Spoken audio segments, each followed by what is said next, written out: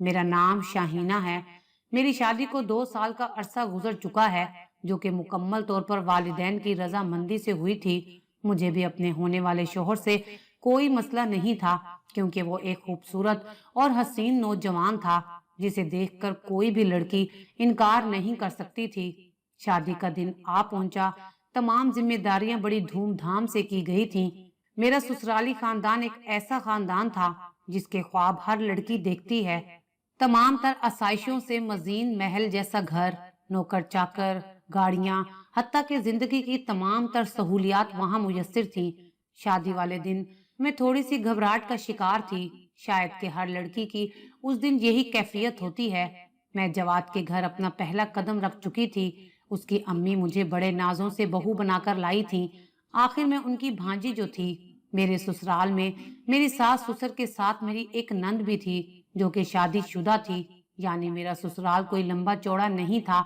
मैं अपने कमरे की खूबसूरती और उसकी सजावट देखकर हैरान रह गई। जैसे मैं तैयार थी, वैसे ही कमरे को भी सजाया गया था। मैंने अपने शोहर का इंतजार करना था। मुझे बेड पर बिठा दिया गया। सब लोग कमरे से बाहर जा चुके थे। जवाद कमरे में दाखिल हुआ और वो मेरी जानिब बढ़ा। मैं घूंघट ओढ़े बैठी थी। उसने पहले मुझे मुंह दिखाई में गोल्ड की रिंग दी और उसके बाद मेरा घूंघट हटाया। पहले वो मुझे गौर से देखता रहा, मगर उन नजरों में कुछ अजीब सा था, कुछ ऐसा जो मुझे बेचैन कर रहा था। चंद मिनट के वक्फे के बाद उसने कहा, शाहीना, तुम मुझसे ज्यादा की तवक्का मत रखना। मैं हैरान हो गई। वो ऐसा क्यों कह रहा है? मैंने हिम्मत जुटाकर पूछा, आप ऐसा क्यों कह रहे हैं? कहने लगा, मुझे तुम में कोई दिलचस्पी नहीं है। मुझसे किसी किस्म की मोहब्बत या कुर्बत की उम्मीद मत रखना। मेरे तो जैसे हवास खो गए थे। फिर उसने एक जनाना नजाकत से मेरा दुपट्टा उतारा और अपने सर के गिर्द लपेट कर बोला, ये देखो, मैं इस दुपट्टे में तुमसे ज्यादा हसीन लग रहा हूँ। मगर मुझ में उसे देखने की हिम्मत कहाँ थी। वो दोबारा मेरे करीब आ गया और कहा, ये बात इस कमरे से बाहर नहीं जानी चाहिए, वरना तुम जानती हो मैं तुम्हारे साथ क्या कर सकता हूँ। इसलिए बेहतर होगा कि इस राज को सीने में हमेशा के लिए दफन कर दो। मेरे माँ बाप की अपने वालिदैन की तरह खिदमत करना। मेरे मामलात में दखल अंदाजी करने की कोशिश भी मत करना। तुम्हें इस घर में किसी चीज की कमी नहीं होगी। उसकी बातें सुनकर मेरी आंखें आंसुओं से भर गईं, मगर मैंने जुबान पर चुप का ताला लगा लिया। वो ये पूछते हुए मेरे पास से उठ गया कि तुम्हारी लाल लिपस्टिक कहाँ है? मेरे इशारे करने पर वो दराज से लाल लिपस्टिक निकाल कर लगाने लगा। मैं बेजान कदमों के साथ उठी और ड्रेसिंग रूम में जाकर लिबास बदला। मैं वापस आकर लेट गई। मेरे लेटते ही जवाद ने कहा, ये तुम्हारा बेड नहीं है, क्योंकि मैं किसी औरत को यहाँ बर्दाश्त नहीं कर सकता। मैंने तकिया उठाया और सोफे पर जाकर बैठ गई, मगर वो रात जैसे पहाड़ जैसी थी। मैं एक नामुकम्मल इंसान की बीवी थी। ये ख्याल आते ही मुझे कुछ होने लगता। मेरे देखते ही देखते वो औरत की तरह तैयार हुआ, अपना रेशमी लिबास पहना, साथ ही मेरा लाल दुपट्टा ओढ़ लिया और बेड पर लेट गया। थोड़ी ही देर बाद जब मैंने देखा तो वो सो चुका था। मेरी रात आंखों में ही कट गई। नींद आने ही लगी थी कि फजर की आजानें होने लगी। मैंने नमाज पढ़ी और दोबारा लेट गई। इतने में जवाद जाग गया। जागते ही उसने मुझसे पहला सवाल यही किया, तुमने मेरे कपड़े नहीं निकाले? उसे कोई ख्याल नहीं था कि मैं उसकी नई नवेली दुल्हन हूँ। खैर, मैं फौरन उठी और अलमारी में से उसके कपड़े देखने लगी। जो सूट मुझे काम की मुनासबत से सही लगा, मैंने निकाल कर दे दिया। मगर मैंने कपड़े पकड़ाते हुए उससे एक सवाल किया, आज तो आपने वलीमे में जाना है? उसने कहा, मेरे ऑफिस में शादी से ज्यादा जरूरी काम है। तकरीब में वक्त पर पहुंच जाऊंगा। आइंदा मुझसे सवाल जवाब मत करना। मेरी चीजें मुझे हमेशा वक्त पर चाहिए। फिर वो ऑफिस चला गया और शाम को वलीमे की तकरीब के लिए मुझे तैयार करवाया गया। मगर मेरे दिल को किसी भी बनाव सिंगार में दिलचस्पी नहीं रही थी। जब मुझे स्टेज पर बिठाया गया तो वो वहां पहले से मौजूद था। बड़े प्यार से उसने मेरा हाथ थाम कर मुझे अपने साथ बिठाया, जो कि मेरे लिए बड़ा हैरत अंगेज था। लोगों का मजमा लगा हुआ था। सब लोग आकर बारी बारी मिल रहे थे। उसके दोस्त, रिश्तेदार और तकरीबन सभी से मुलाकात हुई। थोड़ी देर के बाद एक अजनबी मगर काबिले कबूल चेहरा जवाद के पास आया। उसे सलाम किया और गले लगाया। साथ ही मुझे भी सलाम किया। जवाद ने मुझे बताया کہ یہ بھی اس کا دوست ہے۔ اس نے شادی کا تحفہ میرے ہاتھ میں دیا اور جواد سے نظریں بچاتے ہوئے دھیمی آواز میں کہہ دیا کہ بھابھی یہ تحفہ اکیلے بیٹھ کر دیکھیے گا۔ مجھے یہ سب عجیب سا لگا تھا۔ جواد کے باقی تمام دوستوں نے تحفے جواد کے ہاتھ میں تھمائے تھے۔ خیر تقریب ختم ہوئی، سب لوگ اپنے گھر کو چلے گئے، ہم بھی واپس گھر آ گئے۔ گزشتہ رات کی طرح یہ رات بھی گزر گئی، مگر مجھے ایک چیز کا اندازہ ہو گیا تھا کہ میرا شوہر حد درجے کا منافق ہے۔ دنیا کے سامنے اس کا روپ اور ہوتا ہے اور بند کمرے میں اس کا روپ اور ہے۔ پھر زندگی ایک روٹین سے چلنے لگی۔ وہ صبح آفس چلا جاتا، میرا سارا وقت اس کی امی کے ساتھ گزرتا۔ کوئی نہیں جانتا تھا کہ ہم دونوں کے بیچ کیا چل رہا ہے۔ اچانک دروازے پر گھنٹی بجی۔ ملازم نے بتایا کہ جواز صاحب کا کوئی دوست اور ان کی والدہ آئی ہیں۔ جب وہ اندر آیا تو مجھے وہ چہرہ جانا پہچانا سا لگا۔ ذہن پر زور ڈالنے سے معلوم ہوا کہ وہی شخص ہے جس نے میرے ہاتھ میں تحفہ دیا تھا۔ خیر گپ شپ ہو رہی تھی، باتوں کے دوران معلوم ہوا کہ ان کا نام عامر ہے۔ میری ساس نے ان کے لیے بہترین کھانا بنوایا۔ کھانا کھانے کے وقت جواد بھی آ گیا۔ مجھے لگا تھا جیسے عامر وقفے وقفے سے میری طرف دیکھ رہا ہے۔ کھانے کے بعد مہمان گھر کو روانہ ہو گئے، مگر جاتے جاتے مجھے اور جواد کو اپنے گھر دعوت پر مدعا کر گئے۔ جس دن عامر کے گھر دعوت پر جانا تھا، اس سے ایک رات پہلے جواد نے مجھ سے پوچھا کہ تم کل کون سا جوڑا پہنو گی؟ میں نے اسے بتایا یہ والا پہننا ہے۔ اس نے میرے ہاتھ سے وہ جوڑا لے لیا اور کہا تم یہ نہیں پہنو گی۔ میں نے زبردستی اس سے جوڑا لینے کی کوشش کی تو اس نے میرے ہاتھ سے کھینچ لیا، ساتھ ہی میرے منہ پر تھپڑ رسید کر دیا اور کہا میرے آگے زبان درازی اور بدتمیزی کرنے والوں کے ساتھ میں یہی سلوک کرتا ہوں۔ اس رات میں بہت روئی تھی۔ اگلے روز دوپہر کے وقت میں اور جواد تیار ہو کر کمرے سے باہر نکلے تو جواد نے میرا ہاتھ تھام لیا اور مجھے میری ساس کے پاس لے گئے۔ انہوں نے ہم دونوں کی خوبصورتی کو سراہا اور کہا اللہ تعالیٰ تم دونوں کو سلامت اور خوش رکھے، بس اب مجھے جلدی سے دادی بنا دو۔ ان کی اس بات پر میرا دل پریشان سا ہو گیا۔ پھر ہم نے انہیں خدا حافظ کہا اور ہم گاڑی میں بیٹھ گئے۔ گاڑی میں بیٹھتے ہی جواد نے نیا حکم صادر کر دیا، میرے والدین کی ہر بات کا جواب خوش اخلاقی سے دیا کرو، اگر وہ کوئی غلط بات بھی کریں تو تم مسکرا کر جواب دینا۔ اب تو مجھے جواز سے خوف آنے لگا تھا۔ سارا سفر یوں ہی خاموشی سے کٹ گیا۔ عامر کے گھر پہنچے تو اس کی والدہ اور وہ گیٹ پر ہمارا انتظار کر رہے تھے۔ ہم دونوں اپنے چہرے پر مصنوعی مسکراہٹ سجائے سب سے ملے اور پھر ان کے پاس بیٹھ گئے۔ عامر اور جواد آپس میں باتیں کرنے لگے اور میں عامر کی والدہ کے ہمراہ بیٹھ گئی۔ کھانے کی میز پر عامر کی نظریں مجھ پر واضح طور پر تھیں، جو کہ مجھے عجیب سا بے چین کر رہی تھی، مگر میں نے اسے نظر انداز کر دیا۔ ایک دو بار بہانے سے اس نے مجھ سے بات کرنے کی کوشش بھی کی، جس کا میں نے سرسری سا جواب دیا تھا۔ دعوت ختم ہوئی تو ہم دونوں گھر آ گئے۔ اگلے روز میری خالہ نے مجھے کہا چلو کچھ خریداری کرنے چلتے ہیں۔ میں ان کے ساتھ چل پڑی، مگر مجھے ہلکا ہلکا بخار تھا۔ پہلے ہم نے کچھ کپڑے خریدے، پھر جوتوں کی دکان پر گئے۔ جب ہم وہاں سے نکل رہے تھے تو ہمیں عامر نظر آیا۔ اس نے بھی ہمیں دیکھ لیا تھا، اس لیے وہ ہماری طرف آ گیا اور سلام کر کے حال پوچھنے لگا۔ پھر اچانک اس نے مجھے دیکھا اور کہا آپ کی طبیعت ٹھیک نہیں لگ رہی۔ میں نے کہا نہیں میں ٹھیک ہوں۔ خیر اس مختصر سی بات چیت کے بعد ہم لوگ گھر آ گئے۔ عامر کی نگاہیں مجھے بے چین کر رہی تھی، مگر میرے ذہن میں ایک ہی بات چل رہی تھی، جو چیز میری خالہ نہیں سمجھ پائیں کہ میں اداس ہوں یا میری طبیعت خراب ہے، یہ تو عامر ایک نظر میں جان گیا تھا۔ خیر میں نے اس خیال کو ذہن سے جھٹکا اور اپنے معمول کے کاموں میں لگ گئی۔ ایک دن اچانک خالہ کی طبیعت خراب ہو گئی۔ گھر پر کوئی نہیں تھا، بات نوکروں کی بس سے باہر تھی۔ اس وقت کسی سمجھدار آدمی کی ضرورت تھی۔ میرا شوہر جواد اور میرے سسر کال نہیں اٹھا رہے تھے۔ میں نے گھر میں موجود نمبروں والی ڈائری نکالی، اس پر سب سے پہلے عامر کا نمبر لکھا ہوا تھا۔ میں نے اسے ہسپتال بلایا، ساتھ میں خالہ کو لے کر ہسپتال پہنچ گئی۔ خالہ کا بلڈ پریشر بہت ہائی تھا، اسی وجہ سے ان کی طبیعت کافی خراب ہو گئی تھی۔ میں اور عامر باہر کھڑے تھے۔ میں رو رہی تھی کیونکہ اس گھر میں وہی میرا سہارا تھا۔ عامر میرے پاس آیا اور مجھے تسلی دی، لیکن اس کے الفاظ انتہائی نرم تھے۔ اس نے مجھے چپ کروایا تو میرے آنسو تھم گئے۔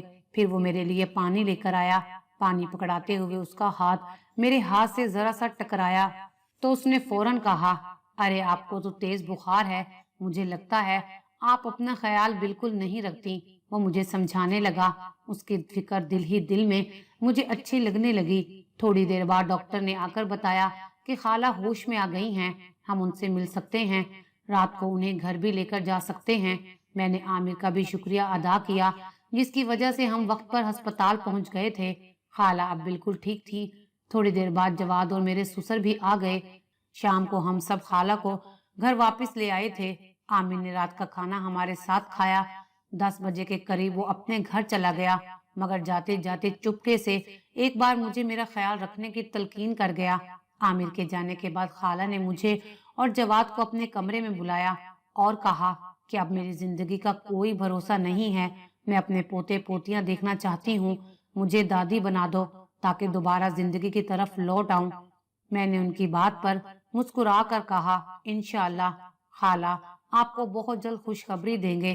खाला भी ये सुनकर मुस्कुरा दी। दूसरी तरफ जवाद को मेरा आमिर से बात करना बिल्कुल पसंद नहीं आया था। कमरे में आने के बाद उसने मेरा बाजू बुरी तरह से मरोड़ा और मुझे कहा, आइंदा आमिर से दूर रहना वरना तुम्हारे लिए अच्छा नहीं होगा।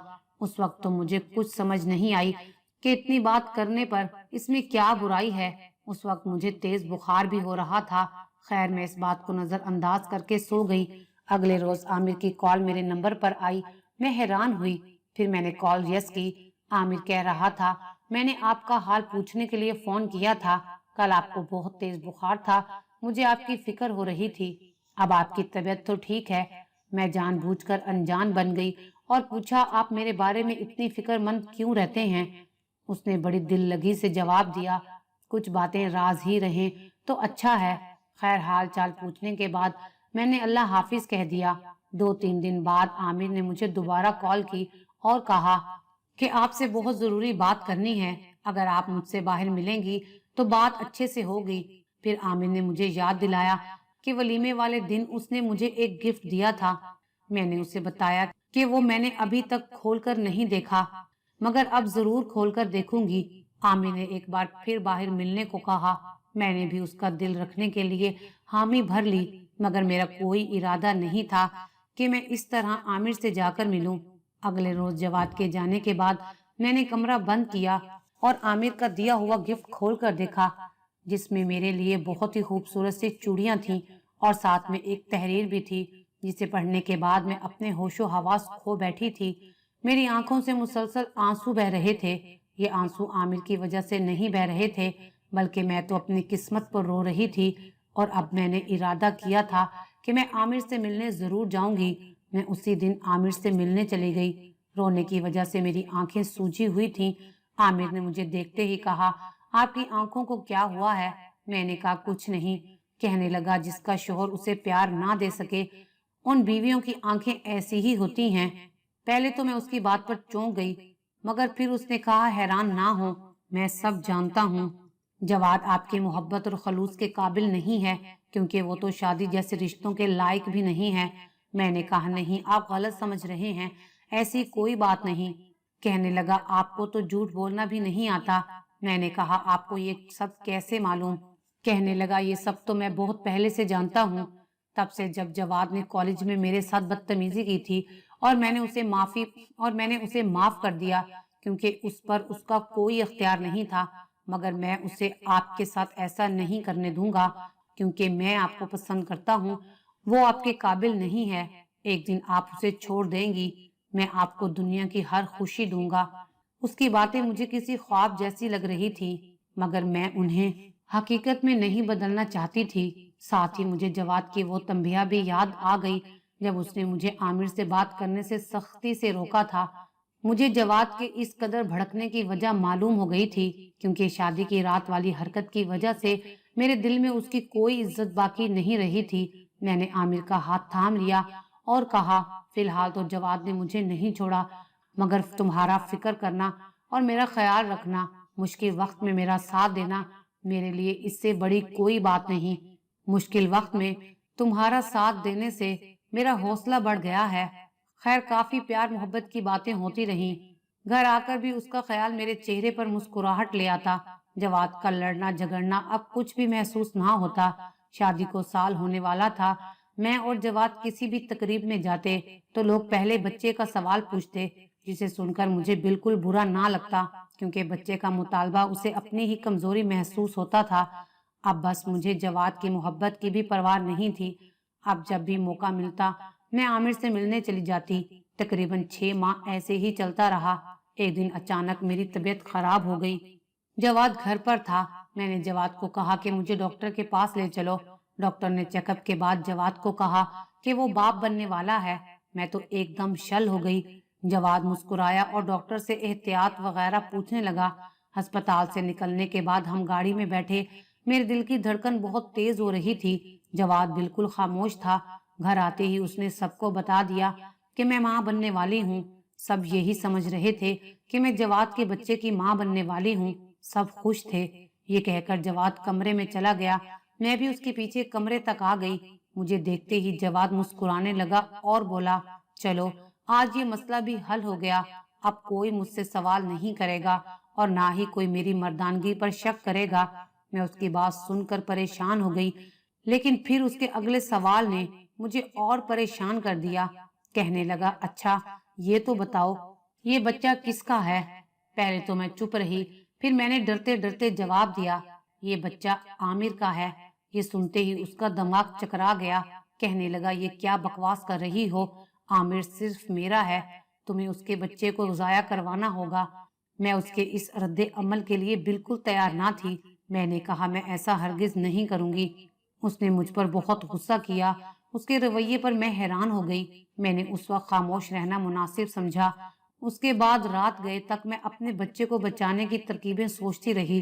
रात के 2 बजे का वक्त था। जब जवाद सोया हुआ था, मेरे जहन में तरकीब आई कि मैं यहाँ से भाग जाऊं। शायद यही वाहिद हल था, क्योंकि बच्चे को इससे ज्यादा बचाने के लिए मैं और कुछ नहीं कर सकती थी। सुबह होते ही जवाद मुझे जबरदस्ती डॉक्टर के पास ले जाता और मेरा अबॉर्शन करवा देता। मैं चुपके से घर के पिछले दरवाजे से बाहर निकली और रोड पर दीवाना वार चलने लगी। मुझे उस वक्त कुछ भी समझ नहीं आ रहा था कि मैं किस तरफ जाऊं। रात के इस वक्त कोई रिक्शा भी नहीं था। मेरे दिमाग में बस एक ही बात थी कि मुझे जवाद से दूर जाना है, बहुत दूर, ताकि वो मेरे बच्चे को नुकसान ना पहुंचा सके। मगर शायद कुदरत को कुछ और ही मंजूर था। अचानक एक गाड़ी आई और उससे मेरी टक्कर हो गई। मेरी आंखों के आगे आखिरी मंजर धुंधला अंधेरा था। मेरी आंख खुली तो मैं अस्पताल के बेड पर थी। मेरे सामने आमिर बैठा था। मैं नहीं जानती थी वो यहाँ कैसे आया। उसे कैसे मालूम हुआ कि मैं घर से बाहर जा रही हूँ। उसे देखते ही मैंने कहा, आमिर प्लीज मेरे बच्चे को बचा लो। उसने मुझे तसल्ली देते हुए कहा, शाहीना अब तुम्हारा बच्चा इस दुनिया में नहीं रहा। मेरी तो ये बात सुनते ही दुनिया लुट गई। मैं रोने लगी थी। आमिर ने मुझे बहुत तसल्ली दी। उसने कहा, बच्चा दोबारा भी हो सकता है, परेशान होने की जरूरत नहीं। वो मुझे चुप करवाने की कोशिश कर रहा था, मगर मेरे आंसू थम नहीं रहे थे। आमिर मुझे तसल्ली दे रहा था, मगर मुझे लग रहा था मेरी जिंदगी में कुछ बाकी नहीं है। उस दिन के बाद मेरा किसी से बात करने का दिल ना चाहा। एक रात मुझे ख्वाब में लगा जैसे जवाद मेरे पास आया है। वो मुझसे कह रहा था कि अब तुम्हें मुझसे कोई नहीं बचा सकता।